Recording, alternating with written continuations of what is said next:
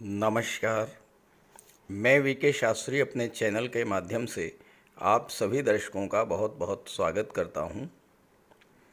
ढैया की चिंता छोड़ो, गुरु आए हैं करने कल्याण।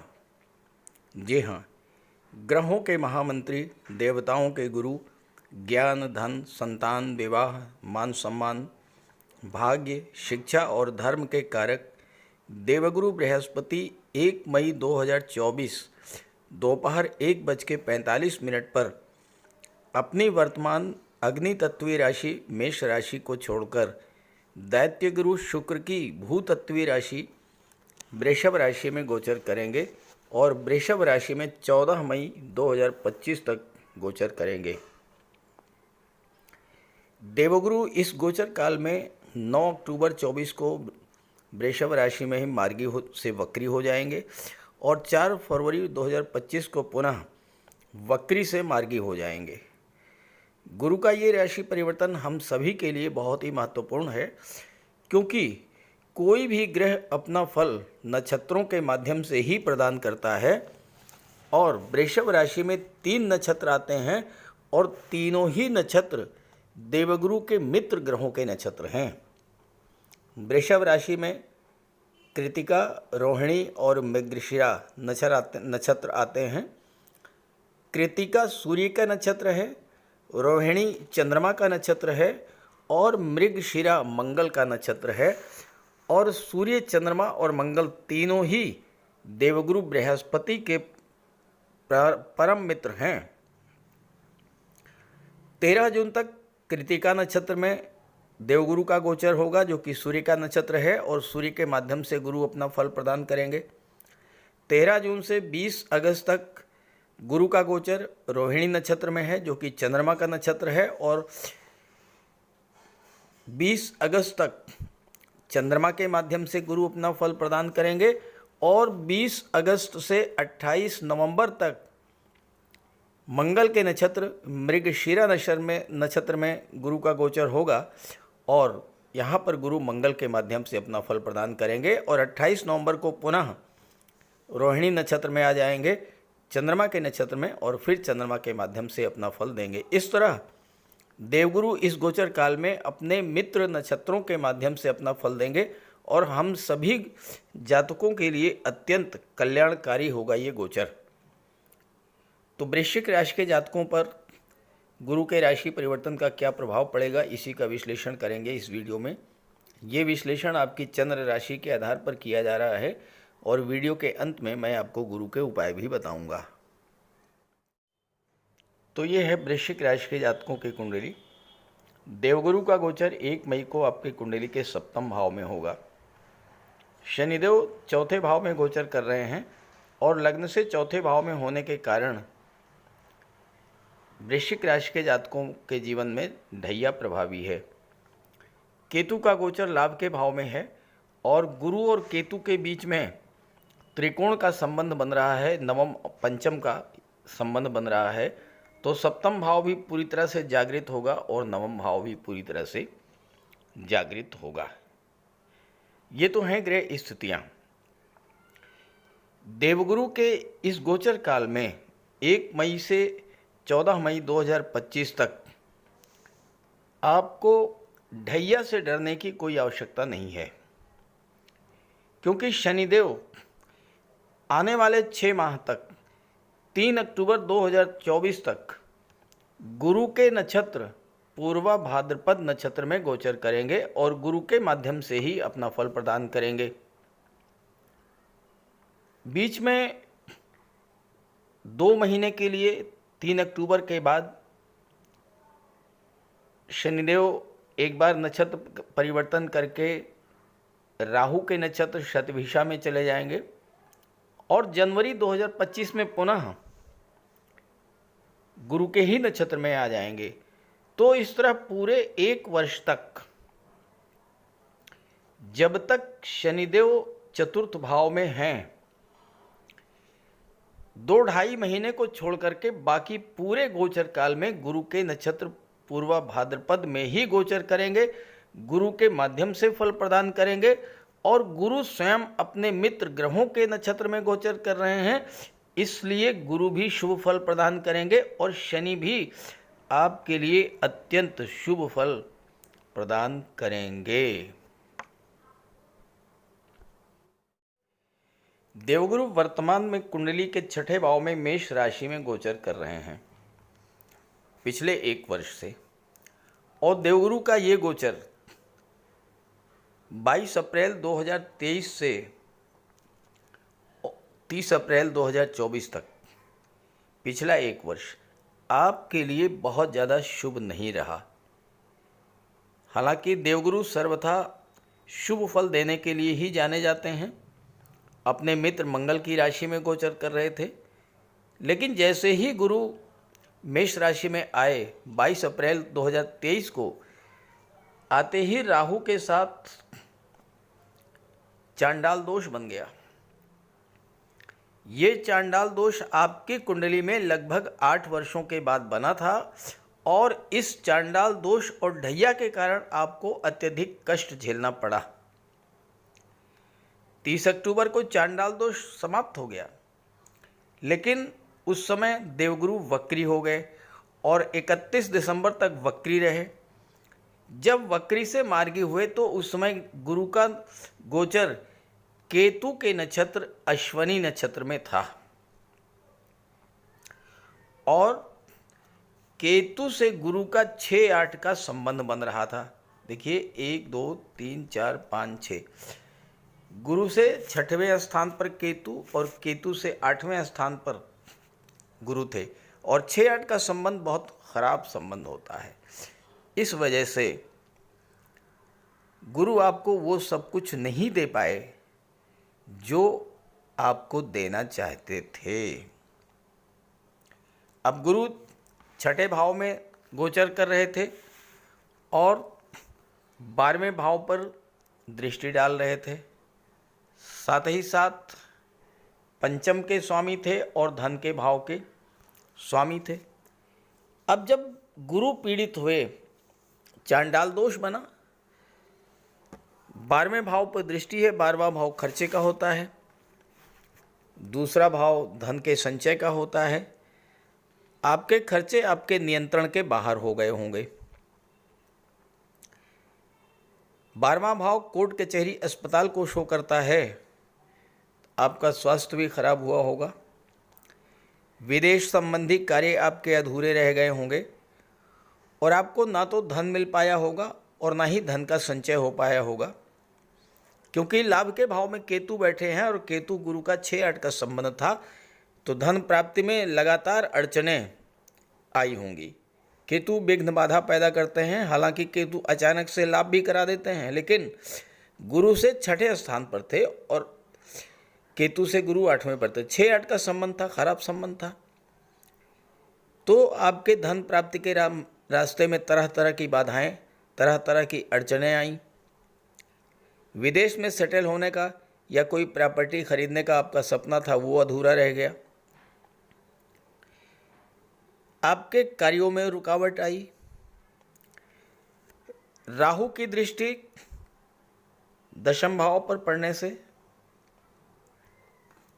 आपके कार्य बनते बनते बिगड़ गए होंगे। शासन सत्ता का सहयोग नहीं मिला होगा।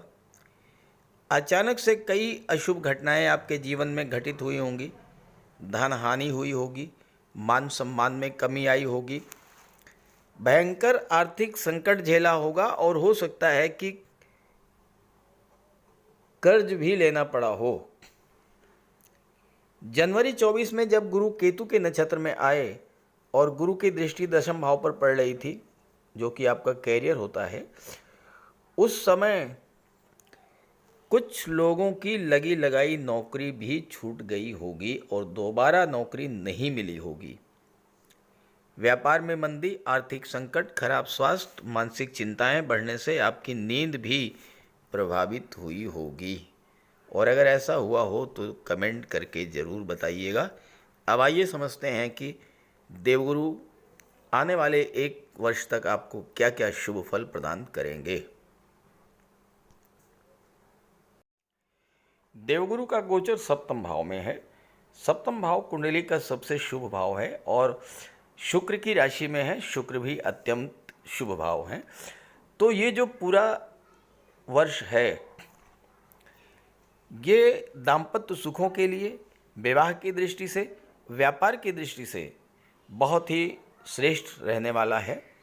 क्योंकि सातवें भाव पर जब कोई शुभ ग्रह गोचर करे, सातवें भाव पर शुभ ग्रह की दृष्टि पड़े या उसका स्वामी शुभ ग्रह हो तो विवाह का योग बनता है। और गुरु यहाँ पर गोचर करेंगे 1 वर्ष तक, तो विवाह के सपने आपके पूरे होंगे। देवगुरु पंचम के स्वामी हैं। पंचम लव रिलेशंस का होता है। आप अपने रिलेशंस को मैरिज में कन्वर्ट करने की स्थिति में होंगे इस 1 वर्ष में। छात्रों के लिए भी ये समय बहुत अच्छा है क्योंकि आपकी राशि के स्वामी मंगल हैं जो कि 6ठे भाव के स्वामी हैं और 6ठा भाव नौकरी का होता है, कंपटीशंस का होता है। गुरु केंद्र के भाव में हैं। छात्रों के लिए भी समय बहुत अच्छा रहेगा। अब 13 जून तक देवगुरु का गोचर सूर्य के नक्षत्र कृतिका नक्षत्र में होगा। अब सूर्य आपकी कुंडली में दशम भाव के स्वामी हैं जो कि आपका जॉब, कैरियर, प्रोफेशन शो करता है। दशम भाव गवर्नमेंट को शो करता है। गुरु सूर्य के माध्यम से फल देंगे तो फिर 10वें भाव का भी फल देंगे। अब सूर्य क्या है? सूर्य तो राजा हैं, गवर्नमेंट को, शासन प्रशासन को शो करते हैं और आपके राशि के स्वामी 6ठे भाव के स्वामी हैं। गुरु पंचम के स्वामी हैं। दशम का फल मिल रहा है सूर्य के माध्यम से। तो छात्रों के लिए ये समय 13 जून तक बहुत महत्वपूर्ण है। और अगर आपने प्रयास किया, इस गोचर काल में आपका कोई एग्ज़ाम है, कोई इंटरव्यू है, लगातार आप सूर्यदेव की आराधना करते रहे। अगर प्रतिदिन कर सकें तो बहुत अच्छा, नहीं तो प्रत्येक रविवार को सूर्यदेव को अर्घ्य दीजिए, गायत्री मंत्र का पाठ कीजिए, आदित्य हृदय स्तोत्र का पाठ कीजिए, पिता का सम्मान कीजिए, पिता की बात मानिए, पिता का आशीर्वाद प्राप्त कीजिए, सफलता मिलेगी। जो जातक सरकारी सेवा में ऑलरेडी हैं, उच्च प्रशासनिक पदों पर हैं, न्यायिक सेवा में हैं, विदेश सेवा में हैं, राजनीति में हैं, ऐसे सभी जातकों के जीवन में पद, प्रतिष्ठा, प्रमोशन का लाभ मिलेगा। धन प्राप्ति का और धन के संचय का भी अवसर मिलेगा क्योंकि गुरु की दृष्टि लाभ के भाव पर भी है और केतु और गुरु एक दूसरे से त्रिकोण पर हैं, तो लाभ का भाव जागृत होगा, धन का भाव जागृत होगा, तो आपको धन की प्राप्ति होगी। सप्तम भाव व्यापार का होता है। गुरु व्यापार के भाव में है, सूर्य के माध्यम से जुड़े फल दे रहे हैं। जो लोग सूर्य से संबंधित व्यापार कर रहे हैं, स्वर्णकार हैं, जौहरी हैं, ऑर्नामेंट, ज्वेलरी, आभूषण का कार्य करते हैं, जो लोग फाइनेंसर हैं, जो मैनेजमेंट के क्षेत्र से जुड़े हुए हैं, किसी विदेश सेवा में हैं, राजदूत हैं, अंतरिक्ष विज्ञान से जुड़े हुए हैं, फोटोग्राफी या फिल्म निर्देशन के कार्य से जुड़े हुए हैं या किसी भी क्षेत्र में उच्च प्रशासनिक पद पर कार्यरत हैं, तो ऐसे सभी जातकों के लिए ये समय 13 जून तक हर तरह से श्रेष्ठ फल देने वाला होगा। सफलता मिलेगी, पद मिलेगा, प्रतिष्ठा मिलेगी, मान सम्मान बढ़ेगा, धन की प्राप्ति होगी। 13 जून से 20 अगस्त 13 जून से 20 अगस्त गुरु का गोचर रोहिणी नक्षत्र में होगा, चंद्रमा के नक्षत्र में। चंद्रमा आपकी कुंडली के भाग्य भाव के स्वामी हैं और गुरु सप्तम भाव में गोचर कर रहे हैं। ये जो गोचर काल है 13 जनवरी से 20 अगस्त का, इस गोचर काल में पूरी तरह से भाग्य का साथ आपको मिलेगा। हर एक कार्य में सफलता मिलेगी। नए कार्य की शुरुआत करने के लिए, नए व्यापार व्यवसाय की शुरुआत करने के लिए ये समय बहुत ही श्रेष्ठ होगा। धन की प्राप्ति, धन की संचय की दृष्टि से, व्यापार व्यवसाय की दृष्टि से, नौकरी की दृष्टि से ये समय बहुत अच्छा रहेगा।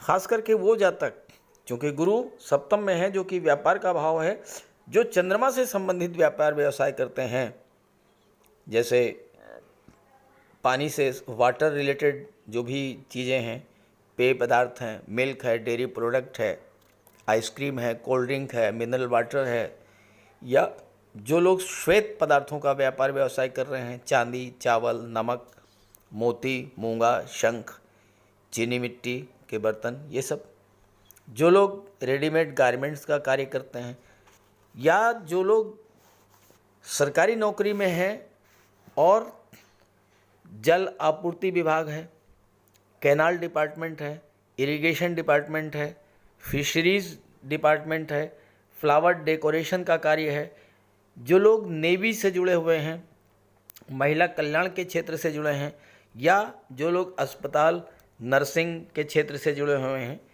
ऐसे सभी जातकों के लिए 13 जून से 20 अगस्त का समय उनके करियर, प्रोफेशन की दृष्टि से, धन की दृष्टि से, लाभ की दृष्टि से अत्यंत शुभ रहेगा। और इस गोचर काल में आपके विवाह का भी प्रबल योग बनेगा, क्योंकि भाग्य आपका पूरी तरह से साथ देने जा रहा है।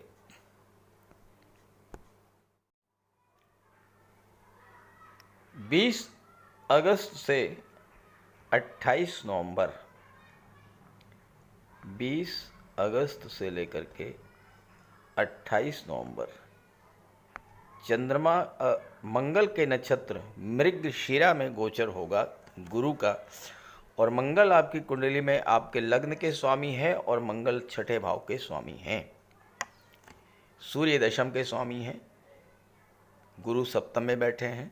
सप्तम भाव व्यापार का भी होता है और दशम का दशम होने के नाते आपके कैरियर को भी शो करता है। ये वो गोचर काल होगा जो उन छात्रों के लिए जो गवर्नमेंट जॉब की तैयारी कर रहे हैं, ख़ास करके जो लोग डिफेंस के क्षेत्र में जाना चाहते हैं, जो लोग पुलिस विभाग में जाना चाहते हैं, जो फायर रिलेटेड एरियाज़ में जाना चाहते हैं, जो इलेक्ट्रिक से संबंधित बिजली विभाग में कार्य करना चाहते हैं, या जो लोग मेडिकल के क्षेत्र में, सर्जरी के क्षेत्र में जाना चाहते हैं, जो लोग शस्त्र निर्माण के क्षेत्र में जाना चाहते हैं, जो फायर ब्रिगेड के क्षेत्र में गवर्नमेंट जॉब ढूंढ रहे हैं,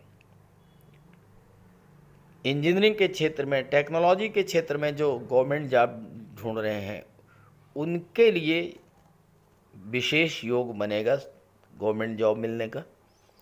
जो लोग मंगल से संबंधित व्यापार व्यवसाय कर रहे हैं, जैसे कि मेटल्स का काम है, प्रॉपर्टी का काम है, ज़मीन खरीदने बेचने का काम कर रहे हैं, जो लोग ब्लड बैंक से जुड़े हुए हैं, सर्जरी के क्षेत्र से जुड़े हैं, केमिस्ट हैं, मेडिकल से जुड़े हुए हैं, जो शस्त्र निर्माण का कार्य कर रहे हैं, बॉडी बिल्डिंग का, या जिनका कोई जिम है, गेम्स और स्पोर्ट्स से जो लोग जुड़े हुए हैं, जो रसायन शास्त्र से संबंधित केमिकल प्रोडक्ट्स का जो लोग कार्य करते हैं, जो अग्नि बीमा का कार्य करते हैं, मिट्टी का सामान है, जो हलवाई हैं, होटल चलाते हैं, रेस्टोरेंट चलाते हैं, फास्ट फूड का कार्य करते हैं, मिट्टी के बर्तन जो लोग बनाते हैं, इस तरह के कार्य जो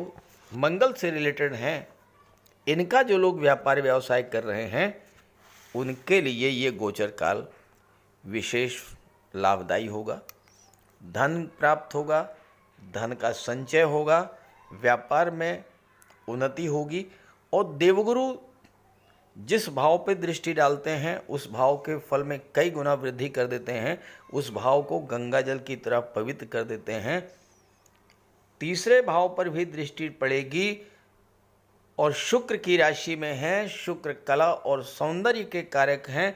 जो लोग film industry, TV serial, modelling, social media, film जगत, कला जगत, इन क्षेत्रों से जुड़े हैं उनके लिए तो विशेष फलदायी रहेगा गुरु का ये पूरे 1 वर्ष का गोचर। और 28 नवंबर के बाद पुनः गुरु चंद्रमा के नक्षत्र रोहिणी में आ जाएंगे और उस समय गुरु वक्री रहेंगे। चंद्रमा भाग्य के स्वामी हैं, भाग्य एक बार फिर से आपका पूरी तरह से साथ देगा और आपको उच्च स्तर की सफलता हर क्षेत्र में मिलेगी। तो इस तरह से मैंने नक्षत्रों के गोचर के आधार पर वृश्चिक राशि के जातकों को देवगुरु किस तरह का क्या क्या फल देंगे इसका विश्लेषण किया है। ये जानकारी अगर आपको अच्छी लगी हो तो अपने साथियों मित्रों को भी ज़रूर शेयर कीजिएगा। और अगर आपकी जन्म कुंडली में गुरु कमज़ोर हैं या आपके जीवन में गुरु की महादशा अंतर्दशा गतिमान है तो आप देवगुरु का उपाय जरूर कीजिएगा। बात करते हैं उपायों पर। कुंडली में देवगुरु बृहस्पति का बहुत ही महत्वपूर्ण स्थान है, क्योंकि देवगुरु कुंडली के पंचम और नवम भाव के कारक होते हैं। पंचम भाव से संतान का विचार किया जाता है, शिक्षा का विचार किया जाता है और नवम भाव से भाग्य का विचार किया जाता है। गुरु ग्रह भाग्य के लिए जिम्मेदार माने जाते हैं और किसी भी कार्य की सफलता के लिए देवगुरु का मजबूत होना बहुत ज़रूरी है। जब कुंडली में देवगुरु मजबूत होते हैं तो भाग्य का साथ मिलता है, जिस काम में हाथ डालते हैं वो सफल होता है, विवाह समय से होता है, शिक्षा अच्छी मिलती है, गुरु की कृपा रहती है, धन की प्राप्ति होती है।